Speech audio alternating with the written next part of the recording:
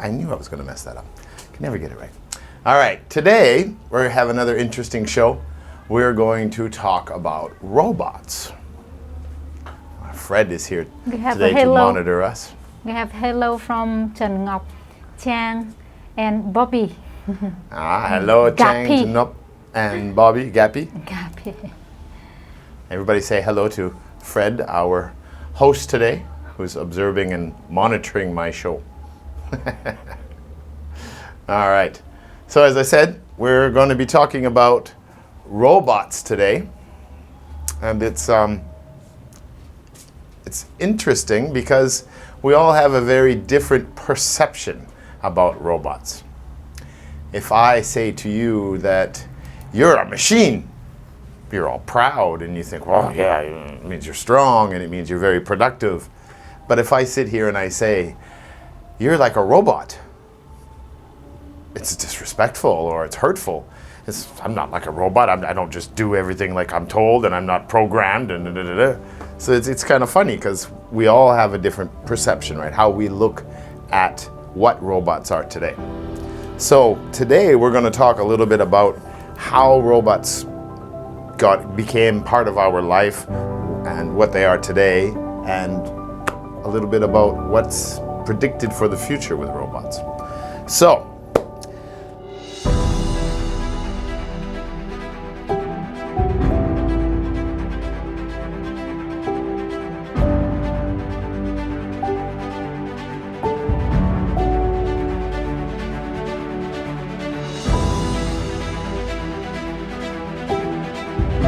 let's get started. Episode 6, robots.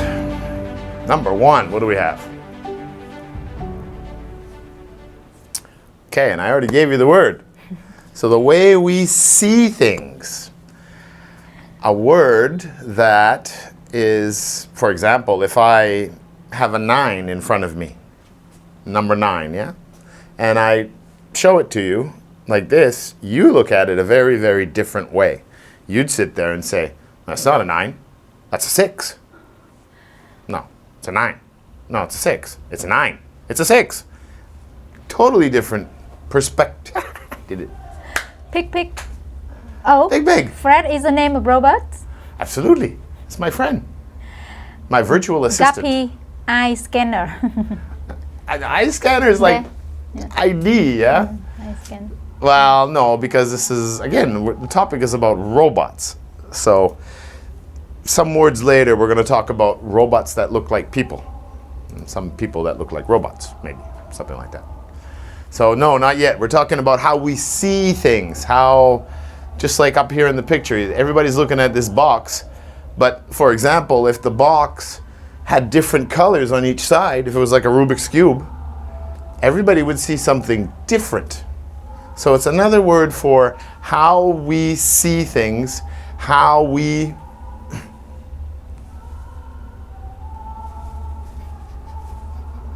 No? It must be the leg. Is it the leg? Because Gappy's still talking. You know Gappy means talk a lot, yeah? Gappy, perspective. Perspective is how I think about something. It's very, very close, but no perspective. I said the word in the introduction that I messed up, remember? I said like sponsored by Lay in English and Lay English, but then I did English with Lay, like that. All right, that's it. We're out of time. Shows up. Perceive. Perceive is the word. The way we perceive things. This is how we see things. We see things different than other people. Perceive. I got to use a lot of magic today, I think. Oh, there we go. Perceive. How we perceive something is how we see something. Like I said, if I have a 9 here, I show a 9. But if I show you this way, you're going to see a 6, right? It's the same number, technically. But how we look at it is very different, right? It's kind of like the guy on a deserted island, and he sees a boat. Ah, I'm saved, I'm saved. But yet the guy on the boat looks at the land and says, ah, I'm saved, I'm saved. Well, they kind of both have the same problem, don't they? But they look at it completely different. Perceive. It could be perspective as well, so I'm gonna let that go. All right, so that was the first one. What is our second word today? Word. Picture. Slide. Okay. So now we have got all these mechanical arms, and we've got an engine in the middle here being constructed or worked on or tweaked. So what do we call these things? What do we call our laptops and our computers and even our cameras and even our cars? What do we call these things? We don't call them robots, but there's another word. What do we call our dishwasher? Factory. Factory is the place we manufacture things. Right? That's where we build things. Build or manufacture. Guppy, right? Robots commits no breath. Well, sorry? Robots what? Commit no breath. Admit, not commit. Commit a crime. Yeah, they don't breathe. There's a lot of things robots don't do, right? They don't breathe, they don't eat, they don't complain. They don't take holidays. They don't take holidays. They no don't. Salary. They don't even get paid. It's awesome. For some people, depends. If the robot's coming to work with you, that could be a bad thing. But if you're hiring the robot, that's a good thing. Kind of perception.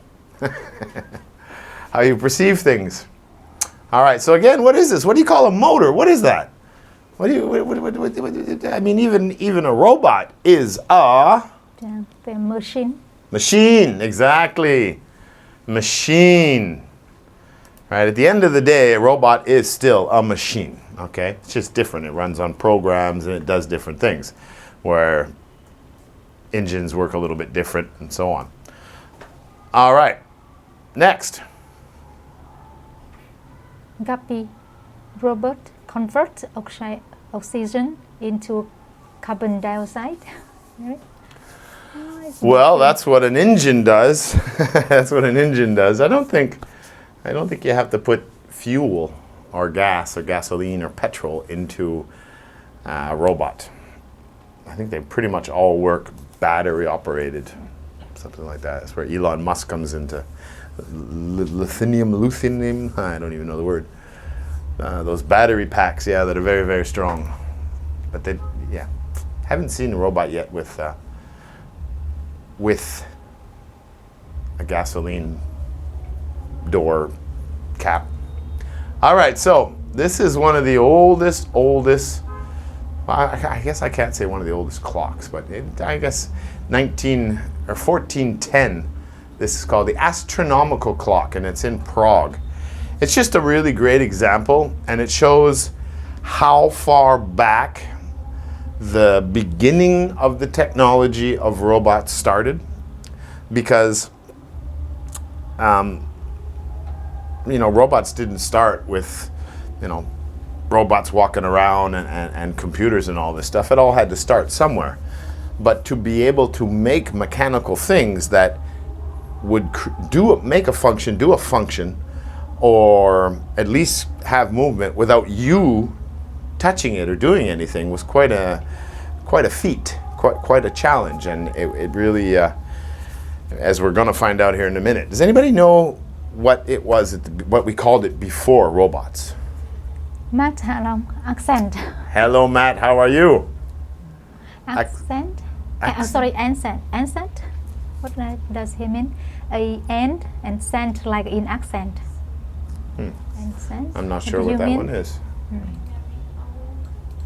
What is it? Ancient. Ancient. Ah, like very old. A-N. Ancient. Okay. Yeah. Ancient means something very old, something that is hundreds or thousands of years old, or even tens of thousands, or even dinosaurs. Ancients. It's very, very, very old. Yeah. If you see an old guy and you say, no, I'm not going to make that joke. Take that back. All right, so the idea here is a clock, right? A clock actually works by itself. Sometimes they need batteries. Sometimes they need winding, right?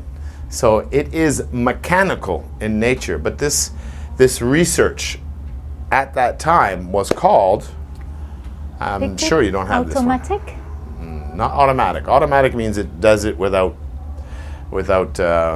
pre-programming it, or it's just an automatic reaction. Not many robots can do automatic yet. So this one is automaton. This is automaton or automata. This is what they called it. This is where robots start from, okay? Clocks are automaton, all right? Because they operate on a battery, or they operate, you notice if you see them, the mechanics, like old mechanics and stuff like this, you can see that this is the beginning of machinery, right? And in 1410, we're talking over 600 years ago, right? And there is evidence of some old automaton objects, creations, as far back as like 300 and 500 BC. We're going to learn a little bit more about automaton here and what it was exactly. So what we're going to do is we're going to go to the next picture here. Oh, sorry, we have a sentence. How do we use it in a sentence? An automaton is a self-operating machine, all right? So like I say, if you make a clock, your watch and a clock, it works, right? You can work on batteries, but before batteries, we used to wind it up, right? So let's take a look at the next one here. Okay, so this is another example of the very early stages of automaton, or automata. A jack in the box, right? You had to wind the box up, and then it would perform an action, okay? These toys, you had a little dial in the back, and you had to and then you let it go, and it would walk around everywhere. It was hard to find some of those pictures. But these were made, like 1,000 years ago. So when they first came out, people were like, oh my God, this is so cool, this is so wild. But it also got the imagination going, right? You had, not inventions, but automaton. There's a museum of it. There are lots of museums about them. But there were some where you'd have drummers, and you had some where they would actually shoot arrows, and they would pick up the arrow and shoot them. Chinese invented a lot of them as well. There's a famous, the digestive duck. There is a long history of automaton, but the point is that this is how robotics actually got started, right? The idea of a machine doing a function without you having to do anything. It would serve you, right? So this one, no. Yeah, what do we call these? And you had to turn that dial in the back. It's almost the same thing when the first watches. You had to turn the dial to make sure it had power for a long time. The old pocket watches. I should have put a picture of a pocket watch up. Never thought of that. What do we call these toys? Wind up? No. It's wind up. It's spelt exactly like wind. Here it is. It's the same word as wind, but in this word it's actually wind up toys. And I remember as a kid as well, I mean, we had lots of wind up toys, and we didn't even have computers yet. Yeah, that's how old I am. Computers didn't come into mainstream until I was in high school. So as a kid, yeah, nobody had a computer then. All right, so these are wind-up toys. And this is how the idea of robots and robotics actually started. So, moving along again, how they came into our life, to existence. A wind-up toy, I keep forgetting that we have sentences now on how we can use the word to better understand and comprehend. A wind-up toy is an automaton toy powered by a clockwork motor, okay? So, again, wind it up. Eventually, technology came along and we invented batteries, so that changed again, and as evolution moves on, it kept getting better and better and better. All right, next. So this brings us to another stage. As we said, it all started with all these automaton toys and gadgets, and the world was amazed by them. It drew lots of people, and it was cutting edge at that time. It was amazing. But this is about an era, a time, a period in history when things started changing again. We Yes. have hello teacher from Alien, I'm sure, because Ding Huang is his name. Alien in interest too. Or Tokyo's younger brother. Yes, hello, Alien. I asked your brother if it was him or you that came last week, and he said, me, of course, me, of course. No, no, no, not Alien. Hello, Alien. Welcome here. Gappy, carbon dioxide. Well, this is definitely, or it could be carbon dioxide, but it's definitely pollution. And it's. But I'm looking at the time frame. I'm looking at this is like back in the 18th century and early 19th century, when things changed dramatically. Things changed very quickly.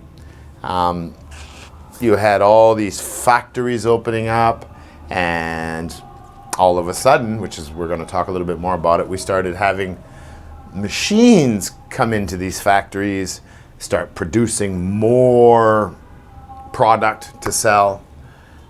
There's a word for this. The beginning Tokyo of high travel, sorry. So Not maybe Tokyo. because Tokyo now different. Oh, different. Because I can't find the stream. Really, we here waiting for you. You can't find the stream, but yet you're sitting here talking to me. Just came now. How do Just you joined figure now. that one? All right, so this is a part in history again that changed the world. Kind of the Actually, Matt Halong said industry. yeah, exactly. This is the industrial age. And that's when factories started opening up and mass production, they call it, mass production began, and the world started getting a lot bigger fast. And it changed everything in the way we did things. But it all started quite a while back. It's not just in the early 1900s. All right, so we got a sentence on this one, how we could use this. The industrial age is a period of history from about 1760 to sometime between 1820 and 1840. So this is when it actually all started. And there's a lot of textiles. A lot of it was, when I say textiles, it's clothing and cloths and things like that, sewing, all that kind of stuff. All right, so let's see what Fred's got for us next here. Okay, this guy came along not too long after. Let's say this would be he would have been born somewheres in the mid 19th century. But he is very famous for, well, actually quite a few reasons, but one specific reason. He invented something that we all can't live without today. And without it, we kind of go crazy. And it's not the internet or Facebook. Who is this guy? Now the hint is up here. What do you think this is here? Can anybody tell me who this guy is? I guess I could tell you what he's invented because it's the name of the person we're looking for. And he is responsible for inventing electricity. He also worked with Thomas Edison with the light bulb. There's a lot of debate on whether it was Edison or this fella who actually invented the light bulb, but they definitely worked together. Matt Halong, who that? Who Yes, dat? that's what you have to answer. That's the answer. That's the question. Who dat? Tokyo, is that about physics or what? Well, I guess there'd be a lot of physics in creating. Look like a writer. He looks like a writer. Electric inventor. Sorry. Exactly. He invented electricity. There's a famous car company named after him. Now, try to figure that out. His name is the same as a big car company, and he invented electricity. Zzz. Yeah, Matt Halong. The name, yeah, you have supposed to give the name. Yeah, I want to know his name. I want to know who this guy is. It's very important. You should know who he is. Electron. Elon Musk named his car company after this man. Anybody know Elon Musk's car company? His electric cars?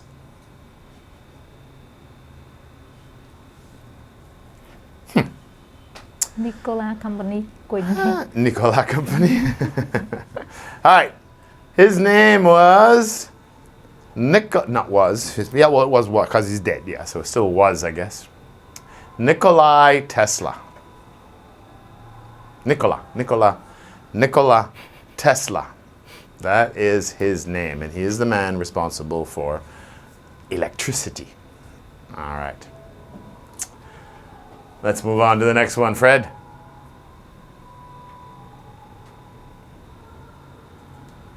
Okay, so again, we're talking about how things changed in the past and how robots came to be today.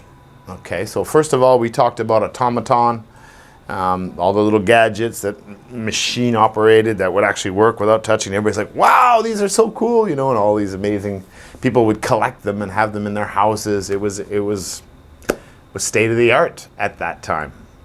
And then a guy like Tesla comes along and invents electricity, and he invented many things, and a lot of his inventions they never actually used, but I'm actually thinking of making a show about Tesla. I think it would be very interesting. Now, I don't remember the guy's name that invented radio. Tokyo Connected. Matt Hạ Long, what? Commuter? Pick, automatic boat? Well, that's the thing. I think back in 1898, if I remember correctly, 1898, Tesla presented one of his latest inventions in Madison Square Garden, New York City. So this is about 122 years ago. And he invented the very first controller that could power a boat. See the boat here? This is not the boat that he used. We copyright problems. Copyright. We couldn't use the original boat or pictures from this event. And he shocked the world because it was the first time people saw someone control something with no wires. It's like, well, holy macaroni. What the heck is that? Right? It's like magic, And the boat is going around. He's controlling the rudder on the boat, and lights are working on the boat, and it's going around the pool that they used to show the demonstration, and everybody was shocked. Matt Hạ Long. Remote. A remote control, but the spelling a little bit. Control is O, not A, but he means remote control. Remote control is exactly what it was. Wireless remote control, and with a boat. So the first time this happened, it was not a car, it was not a drone, but it was a remote control boat. Tesla actually made it because he wanted to get a government contract to have remote control warships, but that never happened. Like I said, there's a lot to talk about with Nikola Tesla. So yeah, it was a remote control boat. And he was the first. And this was about 122 years ago. Nguyễn Phương Anh, hello. I cannot realize. I don't know the... Hello, Phương Anh. Yeah, the teacher before cannot realize. Cannot realize? Would know who she is. Ah. Because we also have... Where are you from, Phương Anh? Phương Anh? Is it Phương Anh that used to work at New Way? No? Where are you from, Phương Anh? Welcome to English with Trevor. Okay, so back to the remote control boat. Yeah, let's do a little sentence here so I can give you some more information.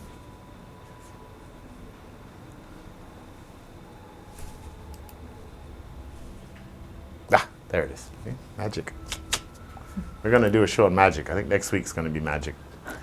All right, so 1898, Nikola Tesla revealed his remote control boat to the world. People were stunned and in total disbelief that a boat with lights could be controlled by a radio transmitting control box.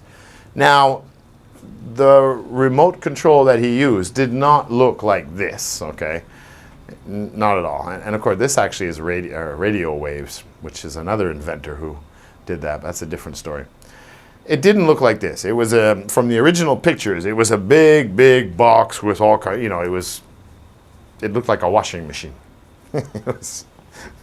It wasn't a sleek little remote control like we use with our PlayStations today.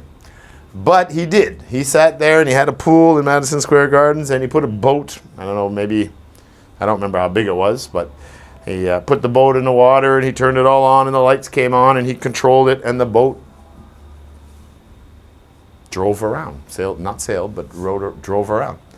And he shocked the world. Everybody was like, oh my God, what is this? So imagine if you had never seen that before, it would be quite amazing. So that was one of Tesla's inventions as well. Remote control devices, I guess we'll say. But the first one was a remote control boat. All right, so let's go to the next picture. Okay, so we were in the end of the 19th century. So now we're going into the 20th century and manufacturing and the industrial age is booming and the whole world is changing and we're pumping all kinds of pollution into the air. It's a wonderful era. But it's how we got where we are, right? It's all the industrialized countries that are the first world countries today because of the economic benefits that they got from that. So this is part of it, okay? And one of the very first, as I said, in the industrial age, was a lot of clothes and fabrics and stuff like this. There's a word for that industry. Now Tokyo said that's machines, but we already got Yeah. this word. So machines.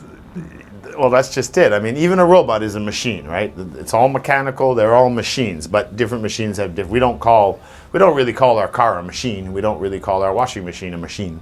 Yes, we do. It's a washing machine. Okay, I take that back. All right, they're all machines. Yes, but some are. Tick, tick. But robots are Sewing machines. machine? Sewing machines. Yeah, they all operate mechanically. If they operate mechanically, they are machines by nature. Okay. All right, but what did they make in these first industries? Right, you had wool and you had cotton, cotton farms and wool from animals, things like that. A lot of clothes. Textile. Yeah, exactly. Textile. These were some of the biggest first first factories manufacturing textiles, and that's what they called it. That's right. Okay, so textile is good. This one we've got. All right, so the next one, please. Yeah. Death to the machine. Okay, so you can imagine, as I said at the very beginning of the show, we all have different perceptions and we perceive things differently, especially when it comes to robots. That's kind of the whole theme of this show today. Some of us think that robots are a great thing, and other people fear robots, and other people think that it is the worst invention in the world, right? Because people are losing jobs because of it. A lot of jobs, and we're going to talk about this towards the future, about the future at the end of this show. Yes. Vựng, I said loom. Loom. Lood? It's to make textile. The frame to make fiber. Loom. Loom. You could be, because actually the picture, it's not actually, these are actually tiles. Yeah, it looks like tiles that they're making here. You could be right. It could be about, there could be something about loom in here and how the manufacturing is being done. But the word I'm looking for here today is about people who are against technology and machinery and robots. Okay? That's what I'm looking for. There is a word for these people. If you don't want robots to be part of our lives, and you don't like technology growing as fast as it is, and you're against robots taking over jobs and all these other events that are taking place, then you are a Luddites. yeah, Luddites. Luddites. Is this the one we get the sentence? All right, let's put the sentence in here. Lud- Luddites is what it is. Luddite or Luddites. Okay, let's do, how can we use this in a sentence? I got a couple of examples here.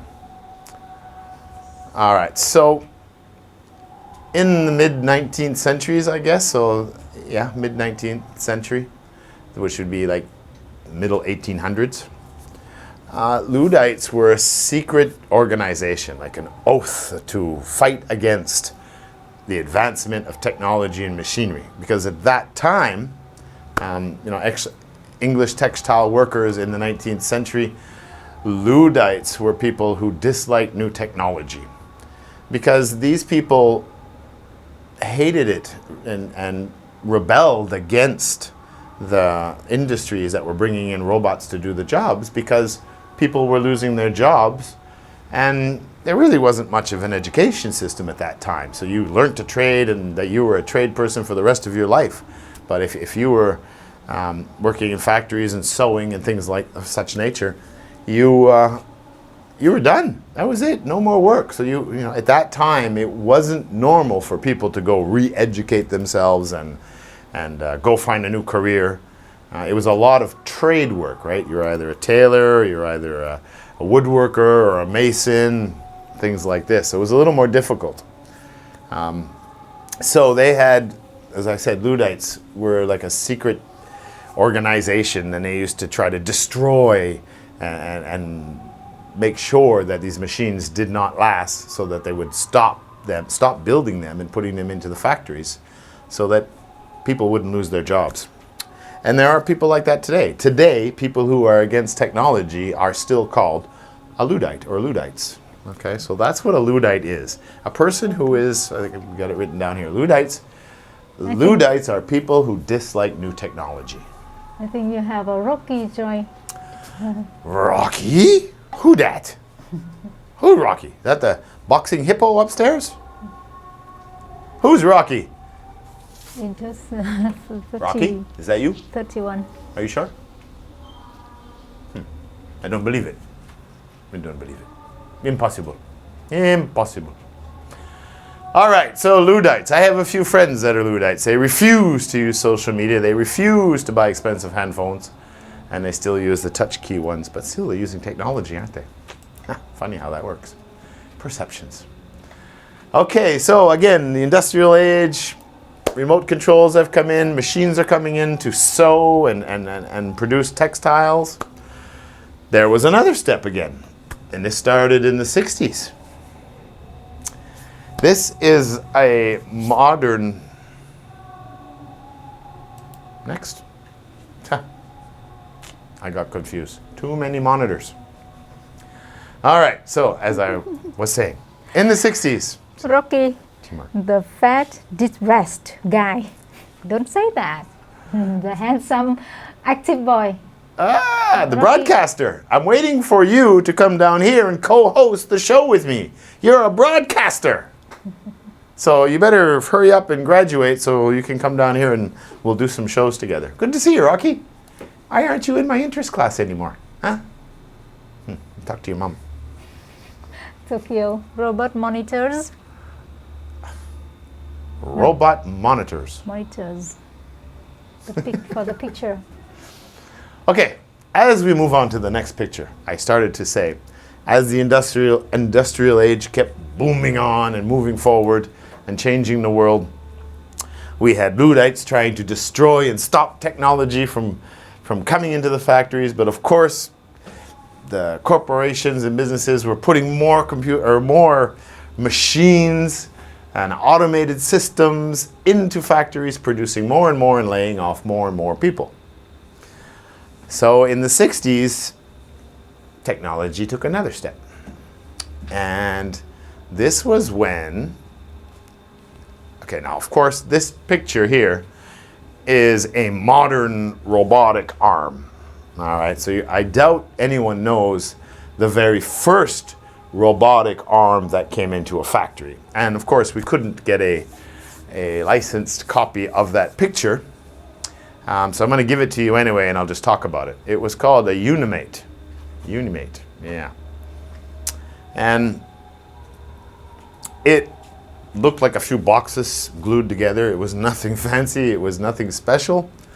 But it was the very first time that a machine, a robotic arm, was used inside a car manufacturer's factory, plant. And it was General Motors, GMC company.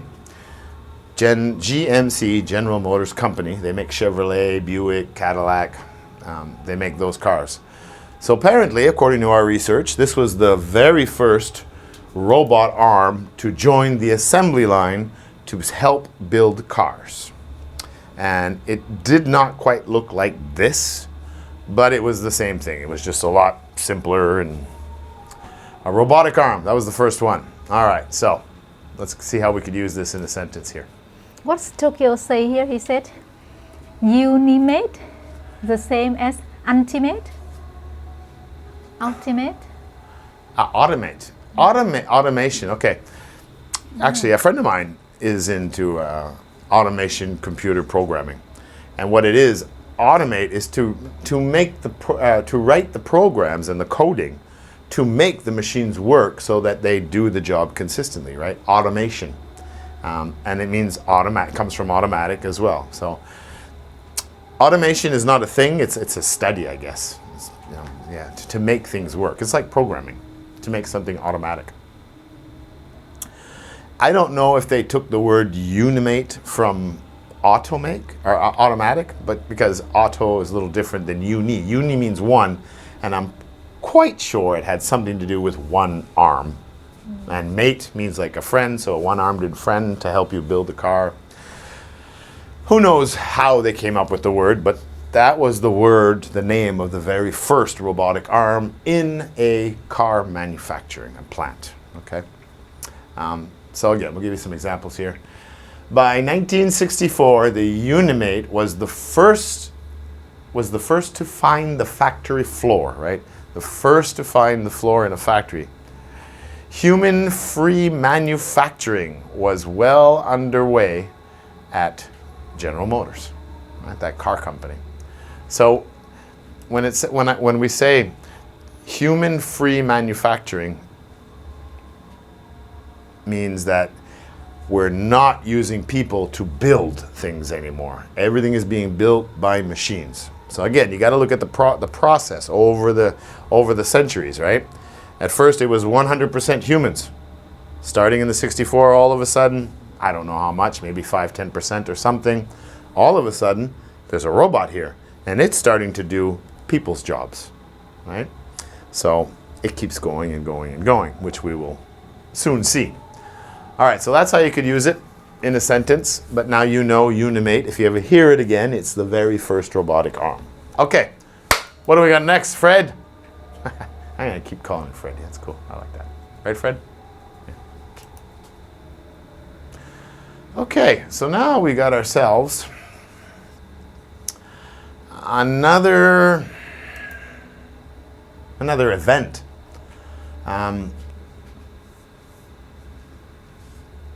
Robots started coming into factories at that time, and in the 60s as well. It's also very well known for the study of robots. And it was the internet, and it's not really a word to find, so I'm gonna explain it, and I'm just gonna give you the word this time, and then I can tell you more about it. So what do we got, the word here? There we go. Okay. Fiction robots. Now, again, because of the movies, we couldn't get a lot of those pictures, but you can Google it and see all kinds of movies. But at this time, all right, we got another one after this. I don't want to give it up too much. Okay, I'm just going to give you a little bit of a fiction.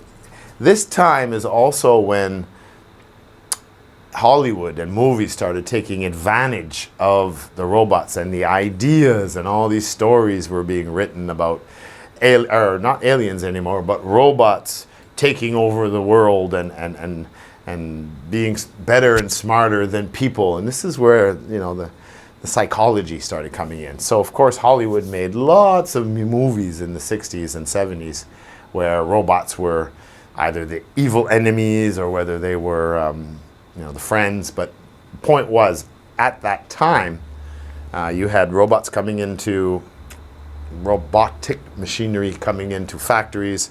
You had the imagination of what robots could become in the future in all the movies, which were big movies at that time. And there was a couple of other things that happened in the 60s and early 70s. So what's the next one after this? Sorry, because my computer also like to. We have a few guesses from Gappy, like a robotic for this one. I said that simulation, so it's like a for this one. And Phương Anh, General Motors. I mean. Yeah, GM is General Motors. Yeah, they're a car manufacturer. I don't know if that's because of the lag. Must be because of the lag. We're going to test some YouTube live streams soon. We're still in the testing process. Evolution. Mechanics. Evolution, step by step. We can't do it all overnight. All right, so here we've got ourselves. I was saying that in the 60s and early 70s, we had the introduction of robotic arms, machinery that started doing work for people in that industry. At that time, we still had lots of machines way back from the 1800s already making clothes, and sewing machines were invented, and so many things from then. I mean, the TV was already invented now. We had refrigerators. Machinery was growing and growing fast. And in the 60s and early 70s, we had an influx, an infusion of lots of robot characters in the movies. It was also the beginning of another era as well. And this is when our imaginations saw robots being independent and free thinking, right? There's a word for that, and we're going to get to it. But it created a market where now schools and universities were actually starting to study robotics a lot more. So this was the beginning of computer science. I remember, yeah? Imagination mechanics, Gappy. Try to answer. Yeah, well, that's where it all started, right? I mean, first you had to build the wind-up toy, and you had to successfully make a clock, and you had to have electricity, and you had to know how to do circuits, and you had to know how to make a fridge and a TV, and step by step by step. Nowadays, we've got robots walking around that mimic your moves.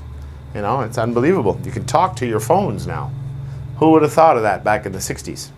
TV did. Science fiction did. But this was the introduction to computer science. I remember when I was in high school, one of my friends was the brother of one of my friends, a little bit older, of course. He was going off to university, and this was kind of like one of the first times that I knew someone who was going to go to university at that time. I was still quite young. And I remember asking him, "What are you going to study?" And he said, "I'm going to study computer science." And I didn't know what he was talking about. I said, "Computer is a machine. What do you mean, computer science? What is that?" He tried to explain, of course, but at that time I had no idea what he was talking about. To be honest, I don't really know what he's talking about today, but that's okay. Computer science, that was the next in the era, again, 60s and 70s, when that became prominent, very important to study because of the advancements and the growth of machinery. All right, started building little robots and more robots, and people like robots, and they started building people like Fred over here. Next, what do we got next?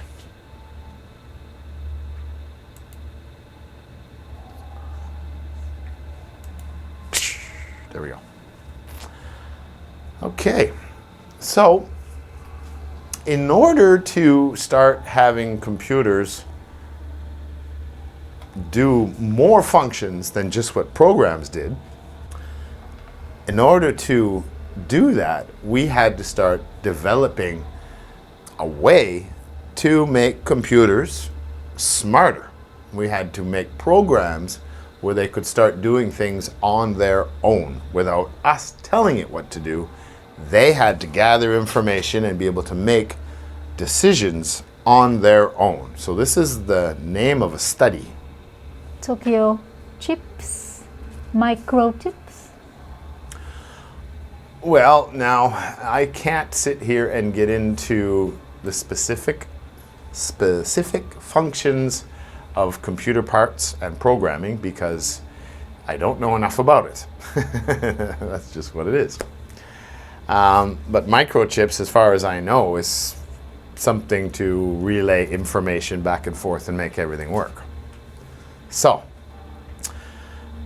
it is part of it, but where I'm getting at is the study of these computers and these programs and how to make everything work. There was a time, at this time, is when they started working on how to make a computer or robot smarter. There's a word for that. It's the same thing when you're gaming and you play against the computer, not another person, right? When you're the old games, it was really simple, you know, up, down, left, right. But now you actually, it's like the computer's thinking. Sometimes you can't even beat it because the computer's smarter than you. But there's a word for that and an abbreviation. Can anybody figure that out? Intelligence. Natural intelligence. Natural is real, right? So that's us. We have natural intelligence. This is not real. It's created. So what's another word for created? I'll give you a hint. The abbreviation is AI. Something intelligence. It's something many people fear today. And it's what many massive corporations today are competing and spending billions of dollars to create and to perfect, to make better. Yeah? Anybody know it? Pick AL. AI. Artificial AI. Right, so A stands for something, I stands for something, but you already said intelligence. So what does the A stand for? Something that is, yeah, something that's not real, something that's, well, not, it's real, but it's something that is created. Yeah. Artificial intelligence is the word I'm looking for. The AI of a computer, that's how much information it can process to make decisions. And the best example is, like I say, when you're playing a video game. You know, if you're not playing against your friend, you're playing against the computer. So this was the beginning of that study, all right? So this is going into the 70s now. This is what they're trying to do. This is what they're still working on today. But of course, AI in the last 50 years is a lot better. And we'll give you an example of that in a second here. So you have Pick and Gappy. Eventually they have the right answer, artificial intelligence. Yeah. And Mr. Kent gave us information about Chile. In Chile, there are supermarkets with nobody working behind the cashier. It's all self-service. Cool, really cool. Exactly, yeah. They have that in, hello, Ken. And that is true. There, some places, we're going to talk about this at the end of the show. About the future of technology, artificial intelligence, and robots. But one of the things that is also happening now is jobs like you're saying, like cashiers and where you pay for things. They're not using people anymore. If you go to China, like Shanghai, I've been told, and I've seen some videos on this. I haven't been there, but from what I've been told, you can't even use cash in some places. You have to use a code with your phone in order to pay for things. There are restaurants there now, and in South Korea, I believe, where you go in and there's a monitor at the table, and you order your food and what you want on it, and it comes down to your table on a conveyor belt. There's no waiter or waitress. So yeah, this is all what's coming, and in some respect, already here. So, and as Ken just said, in Chile, which is in South America, they already have cashiers and the checkouts where there is no human staff. So that's another example of how AI, artificial intelligence, is real. It's here. And it's getting more and more and more and more. Just like the Luddites in the mid-19th century.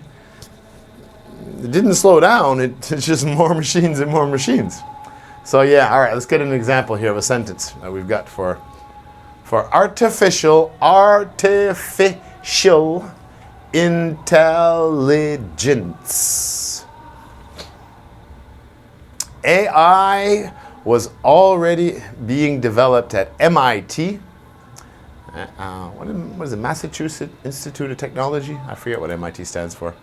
And Stanford Research Institute. So these are big universities, big technological universities that study these fields, and they were already starting to study robotics in the 60s or 70s. I'm going to guess the 70s. I have to guess at that one. Artificial intelligence, commonly known as AI. You will see and hear more of that in the future. It's here. All right. What do we got next, Fred? And here's another example of it's kind of like the race to the moon. Who's going to get there first? It's the same kind of thing going on with computer AI. And this is IBM's version. It's okay, I'm going to give you the IBM created a supercomputer. Now, I don't think this is the original picture of the supercomputer. It's the only picture we could use because we did find smaller towers. I mean, there's a big tower. But the idea is that it's supposed to be a supercomputer, and the computer is, you know, the strongest and smartest, has the strongest AI in the world. But this was in 1990, so we're going back 30 years now. Guppy. What was the name? Development. Well, that's true. It's all in development. It just keeps growing and growing and growing. I mean, we live in a different world every 30 seconds. It just never stops. You never know what's coming around the next corner, what they're going to invent next. You know, I mean, already now you can use your phone without, you just talk to it. I mean, it's endless development, faster than we can keep up. So does anybody know the name of that supercomputer? Pick IBM. Yeah. And Matt said that it's not a word. So. IBM was the company. Yeah, it was a very big company in the 90s, and I think even the early 2000s. I don't think they're a leader now. I could be wrong. I don't know what their stock is, but it was IBM, and it was called Deep Blue. Yeah, Deep Blue supercomputer. And this computer, at the time, was early 90s, late 80s, it was the top of the line at that time. And I have a picture up here again of the chess, simply because one of the tests was it played a chess champion. Oh, this is the sentence, right? Okay, yeah, so let's do our example here. The 1990 IBM supercomputer defeated world chess champion Garry Kasparov the first match of 6. It showed just what AI was capable of.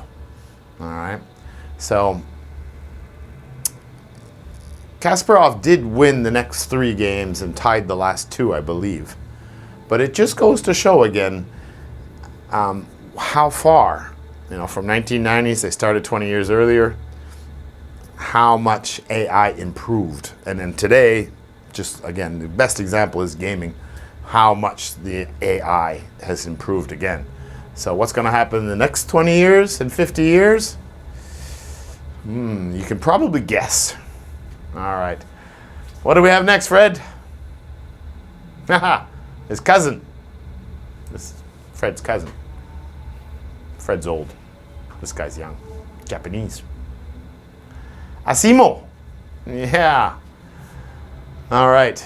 I guess it's kind of hard to have you guess who it is when we already have it written all over his chest. So, Asimo. This robot was created by Honda.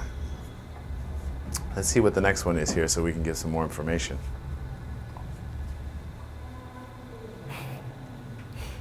This Fred's classmate. Pick. Fred's classmate. Fred's father. Or Fred's grandson. Fred looks pretty old in that picture. He's got no hair. All right, so the thing about Asimo now is very famous in the robot industry. Honda actually created him back in, I think it was 2000.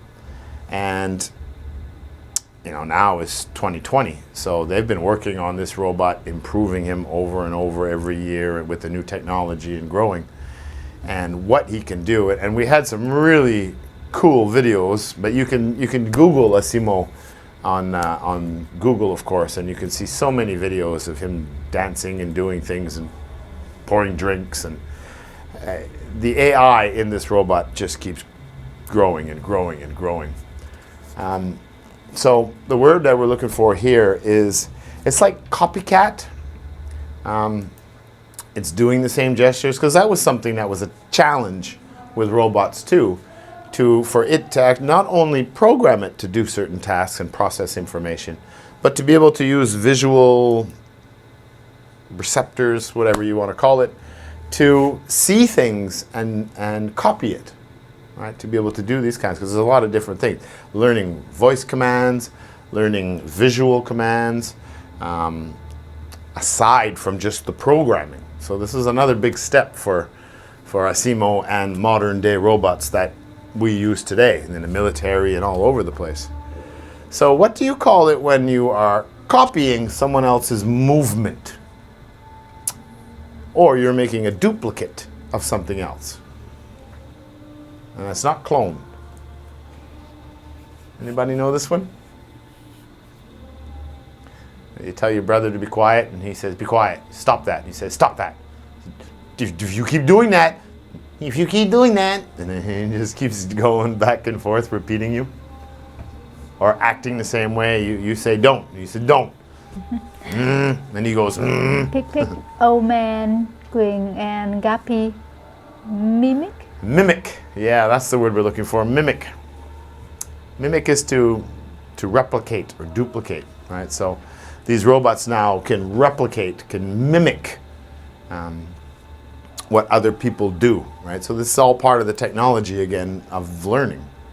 All right, so that's good. So we got a sentence here for Asimo. That's right. Yeah, by 2000, Honda introduced Asimo, a robot that mimics humans. Since then, so this is, again, 20 years, since then it has become faster, smarter, and more human-like. So it just keeps growing, evolution, keeps improving all the time.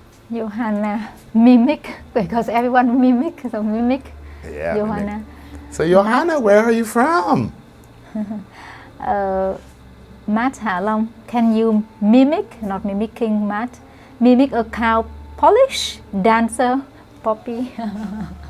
Mimic a what? The cow polish dancer, or maybe a dance. Oh, well, you'll have to do it for me in our next class, so you can show everybody how to do that. All right, so mimic was this one. Now, what in the world? Okay, so the next one here, next picture, what do we got? Okay, so we're going to talk more about present day functions and things that robots are doing, can do, how they're evolving in other areas as well. And then here, I just added this word. It doesn't really have anything to do with robots. But when you go deep into the sea, very deep, there's a word for that. Johanna, I'm from Medan, Indonesia, uncle. Medan. Medan. M-E-D-A-N? Medan. Medan, Indonesia. Do you know Muhammad? Muhammad often watches us too, from Medan. Medan is famous for their food. I've never been to Medan, but I have a few friends from Medan. Again, welcome to English with Trevor. Matt, I feel big bottom of the sea. It's about how deep it is. I'm going to give you this one.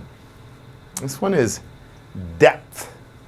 And the pronunciation, there's a P in here. There we go. Depth. You got to close your mouth, right? Depth. With the TH. Depth. Depth. Yeah. So depth is the depth of the sea. It's about how deep it is, right? It could be also the depth of your knowledge, depth of a lot of things. How deep something goes. Okay. All right. What do we have next, Fred? So we talked about deep oceans, and now we're talking about, now we have some robots, because we couldn't get any robots that were working under the sea or in the water. But now we got a few more. So again, we're talking about different jobs that robots can do. Yes. Johanna tried to introduce to us something else. Famous like Toba, Medan, Indonesia. Toba. Lake Toba? Is that what it is? Lake Toba? That big volcano crater lake? I think there's a famous lake up there. Pretty sure. I think Lake Toba, or maybe Lake Toba is the one in the U.S. But there's a famous lake. There's a famous lake there in Sumatra. That's the island where Medan is. Beautiful place, I hear. A lot of friends have gone there. When I lived in Jakarta, many of my friends went to that big lake. Is it Toba? I keep thinking Toba is the lake famous lake in the USA. But there is a famous lake. Okay, so the depth. I was talking about things that robots are doing for us today. And one of them, the previous picture, was about robots that work in the deep oceans. You know, going places to work where people can't go.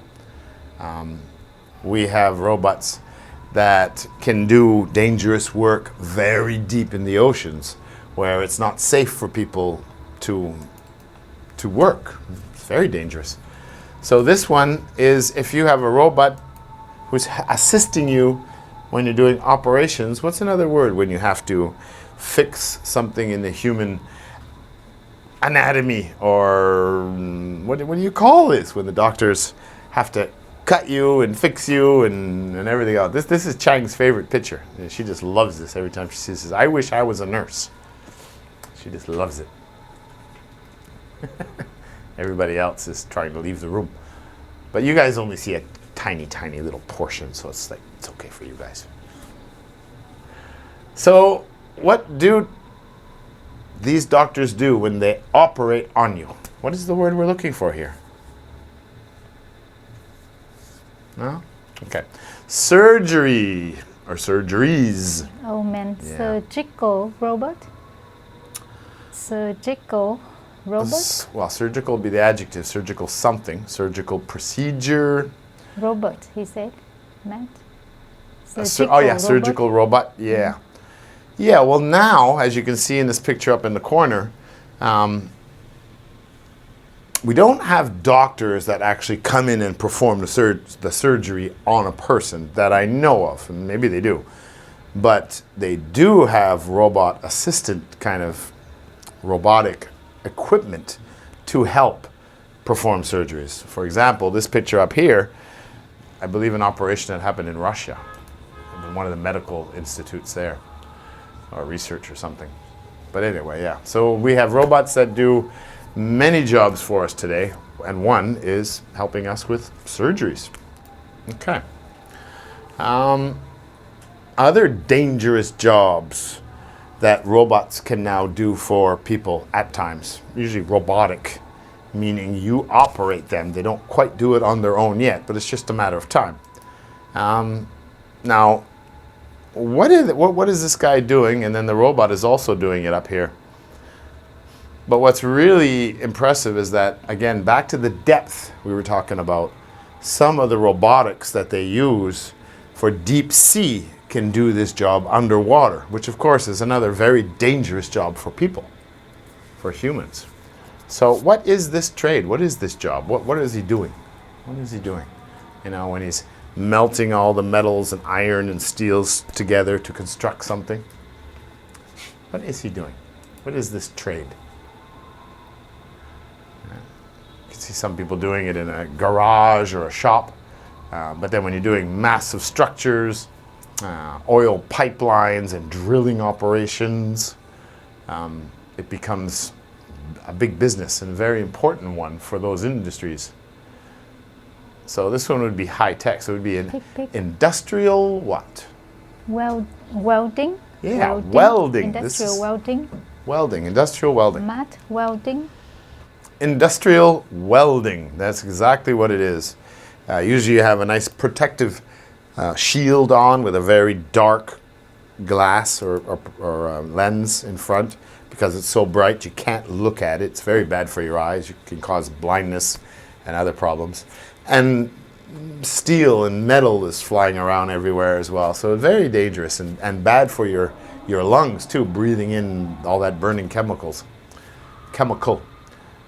So it's a job that even the people in the industry, it's a lot safer if robots are doing it. It's probably a lot more productive, proficient. It's also, as you can see in the picture up here, in some cases, I would imagine a lot like car factories and stuff like this now. They probably use a lot more of these robotic programs and robotic arms to do these jobs. So that's another one, another job. But it is a dangerous job. So some people would say it's saving lives, and other people would say it's taking jobs. You know, it all depends on what your perspective is, how you perceive this. Okay, I think we have one more job here that we showed, and there are a lot. I mean, the list was amazing how many jobs robots are doing nowadays. Some that I was really surprised. Okay, so here's the last example, I think, of jobs that are being done or assisted nowadays, and two that are quite interesting. And again, the concept is that it saves lives. It saves the people who do these jobs. That's again different viewpoints. But one is you have firemen, you know, and now you have robots like these drone, and you can operate them with remote control, and they have their cameras on them and everything else, and they can go into fires, or even the police can use these and go into dangerous areas to try to see where the bad guys are. Right? So it's good stuff.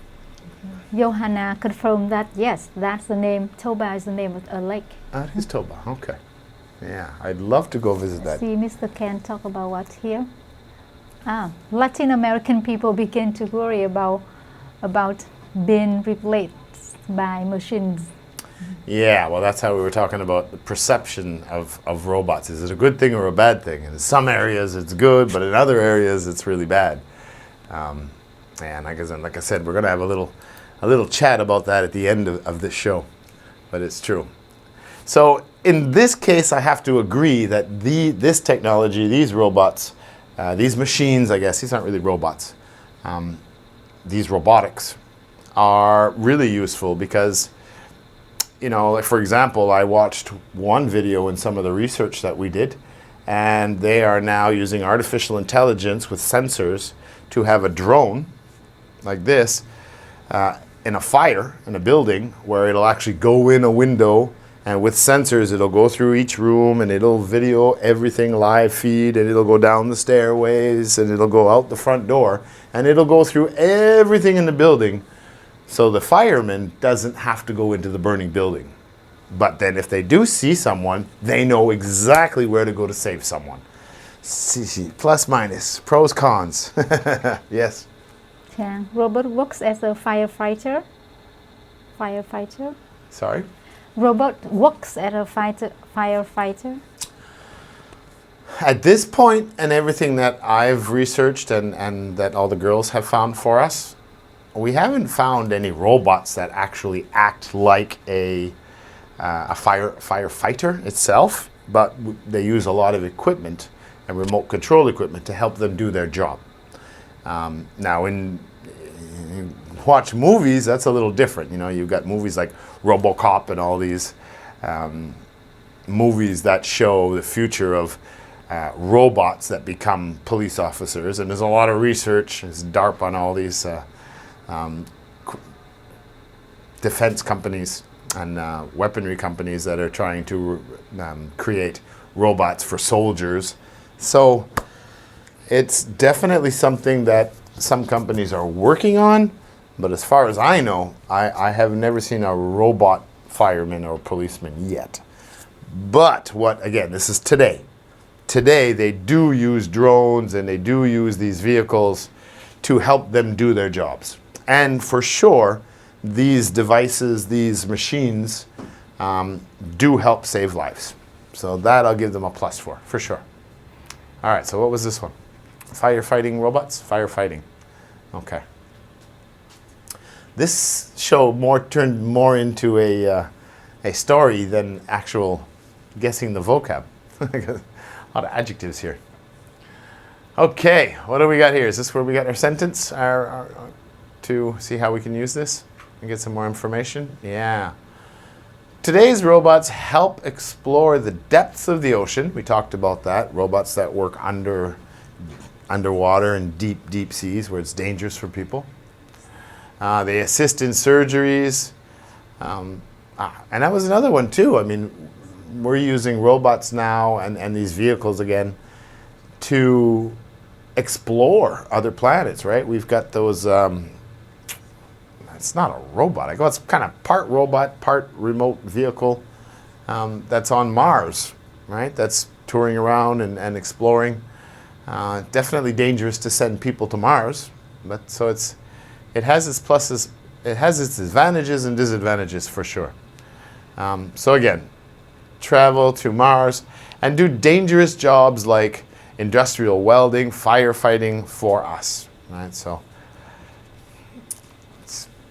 these are the things that robots and machines are doing for us today. Okay, let's move on to the next one there, see what we got. All right, this is another new one and state-of-the-art technology.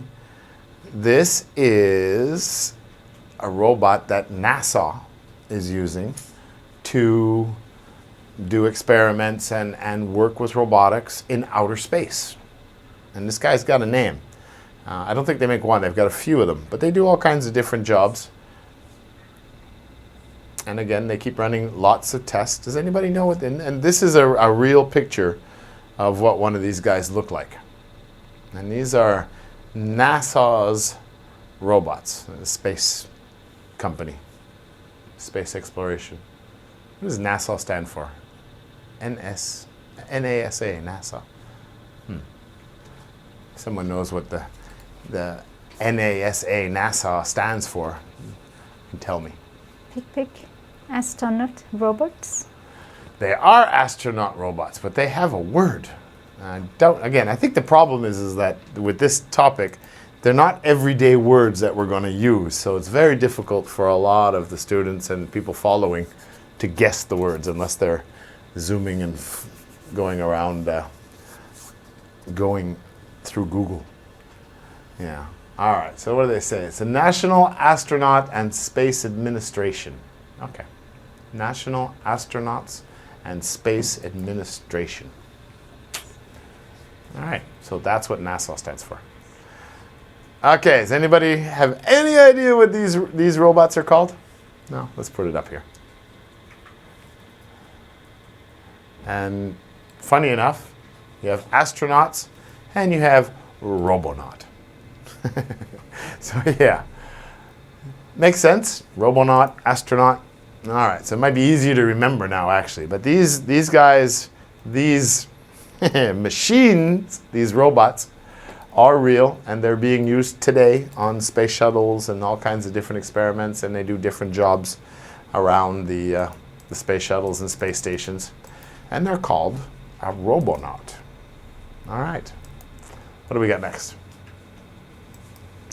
NASA has designed robonaut humanoids.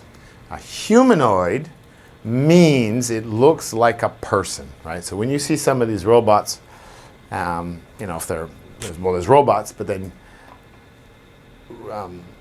humanoids are the ones that they're trying to make look like. They try to put skin and they try to make them totally visual, mimic a human body. They're called humanoid. Max has a question. Yes. Astronaut, the same as robot not? No. Astronaut is the person. If we can go back. Oh no, we have it here. We have a picture here.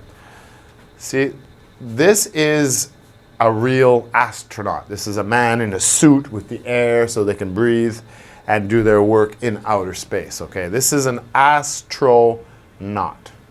But this one over here, this guy here that we see, this big picture, this is a robot. It looks like he has a helmet on and a shield, but it's not a person. It's a robot. Okay? And this robot is called Robonaut. So astronaut, person, Robonaut, robot. Yeah. Okay, let's go to the next one. Okay, so the AI chip, right. So now we've talked about how automata, how that's how it all started with mechanical mechanisms, things that worked mechanically, and how it evolved into, which were the watches and the clocks and things like that, and how robots were then built and machine advancements came about, and we had the robotic arms in factories, and how that triggered studying how to build robots and how to start making them think for themselves with artificial intelligence, AI, right? So if you decided today that that's what I want to study, right? So we have an industry that's about robots and that technology, right? So if you wanted to be in farming and something like that, you'd be in agriculture, right? Or if you wanted to be in, we talked about it before, the gaming industry or the forestry industry or fishing industry, different industries.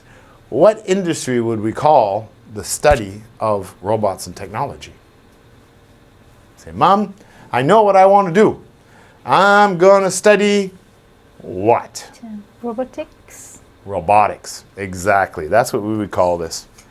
You would go into robotics. So if you decided to go to one of these schools that study robots and artificial intelligence and this programming and coding that they do for this kind of technology, someone would ask you, what do you study? What are you majoring in? Oh, I'm studying robotics. I'm majoring in robotics. Yeah, exactly. Robotics. That's the field. That's the industry. Okay, what do we got next? This brings us to our last little discussion. Yeah. Back when we talked about the Luddites, right? The Luddites were the people, past and present, who are against the advancement of a lot of technological inventions and functions. As we saw through all the different pictures that we went through here, there is a lot of good, you know, especially for the dangerous stuff that people do that could help save lives. There's no, you know, you could debate either way, right? There are negatives and positives. And, sorry, something in my eye now. Can't see. There's no arguing the fact that technology does save lives in some fields. It helps people in some fields, that there are huge benefits in some fields, some areas, some industries. But there is also the argument that the fact that we're getting so smart and things are becoming so automated, people are going to lose a lot of jobs, right? It's almost like anything in life. There is a positive and a negative effect to almost everything. And we can complain about it. We can cry about it. It doesn't really matter, but it is what it is, and it is the reality of today. That is called disruptive intentions, right? When we're talking about stopping technology or not stopping it, but the fact that it's happening, that reality, that truth right now, it's called the advancement of technology and here we go. It's called disruptive innovation, right? So innovation is about inventing things. It's kind of like when you're in business today and COVID comes and you have to reinvent how you're going to do business and how you're going to change things, how you're going to modify. You can't go, oh, well, it's the government's fault. Oh, it's the location's fault. Oh, it's the tax. And, blaming and pointing your finger everywhere isn't going to solve the problem, and it ain't going to pay the bills. So you have to be resourceful to find ways, and I don't mean resourceful. Mom, I need money. Dad, I need money. No, you've got to find other ways to get the job done yourself, right? That's innovation, reinventing, doing it a different way. An example, New Way Education. We were primarily a on-site school, but we've had to change. So we could either say, that's it, there's nothing more to do, let's shut everything down and do something else. Or we could start doing things online and get to students a different way, right? That's innovation. Disruptive is something that shakes the foundation, something that ruffles the feathers, something that it makes it not normal anymore, right? It's disruptive. An earthquake is disruptive. A storm is disruptive. COVID is disruptive, destructive. So you add them together and you have what the reality of today is. Computers, robots, artificial intelligence are going to save the life, and we are going to evolve as a human race. But in the process, there's going to be the negative. The more technology comes, the more robots come. I'm going to repeat myself again. The more jobs are going to be lost. All right, so that's what it's called. So I'm going to give you an example here and then a couple of notes. So the future of robotics and AI is real. And an example of that is, just look at factories, right? Research showed us that more than 5 million factory workers have lost their jobs since the year 2000. Okay, that's not 500, that's not 5,000. 5 million factory workers have lost their job in the last 20 years. All right? But the thing is, because of technology, but U.S. and this is only in the U.S., so there's probably more jobs in Asia. The U.S. manufacturing has increased to about 15%. Some were 14, some were 15, some were 16%. So this is what is known as disruptive innovation, right? So I mean, kind of take that into consideration and see what that means. And this is just in the U.S., so it's different in every country. So in 20 years, they've laid off 5 million people in the factory industry, okay, building cars and whatever, textiles. But yet, all those people gone, they're producing more and making more money. So there's one of the negative sides of technology and robotics, right? Because it's being done by machines. Mr. Ken, when cars first came out, many who work for horses went out of businesses, but they invented themselves. Reinvented themselves. Yeah, they have to. They have to. I mean, there's a lot of towns when you go through the U.S. Detroit was boom town, back in the 60s and 70s, I think. It was car town. I forget what the word. There was a word for that city. Motor city. That's what it was. But now unemployment is really bad and crime is really bad. It's not the same city it used to be. And a lot of towns that had factories. That was the main source of income for the people who lived there. It's kind of like you have a town that's built around a coal mine, and then all of a sudden the coal ends. There's no more mining. Well, the population doesn't go up, it goes down, right? Everybody leaves because there's no more work.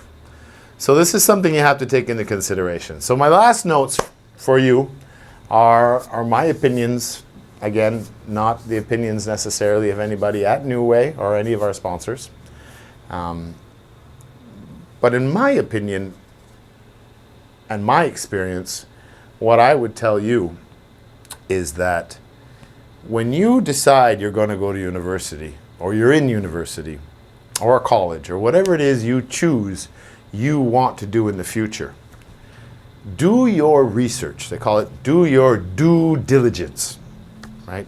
Check it out. See what the forecasts are. Do some research in it and see how technology has affected your field that you're interested in. Now, I'm the first to say and believe 100% that you should truly pick something, follow something that you're passionate about, something that you love to do, because if you love doing it, it's not work. Right? There's nothing worse than going to work every day and hating your job and going home and complaining about it. You know, you're not a nice life. So my point is this: whether you're going to university, whether you're in university, or whether you're working now and you don't see the future, right? Do the research, check what's going on. Know that jobs like cashiers, jobs like they're saying now that accounting and doing taxes and things like this. I'm not even going to go into all the jobs that they talk about will be disappearing in the next 10 to 20 years. But I will tell you that there are a lot of industries and fields and jobs and careers that people have today that won't be here in 10 to 20 years. So pick very carefully, do your research before you decide what you want to study.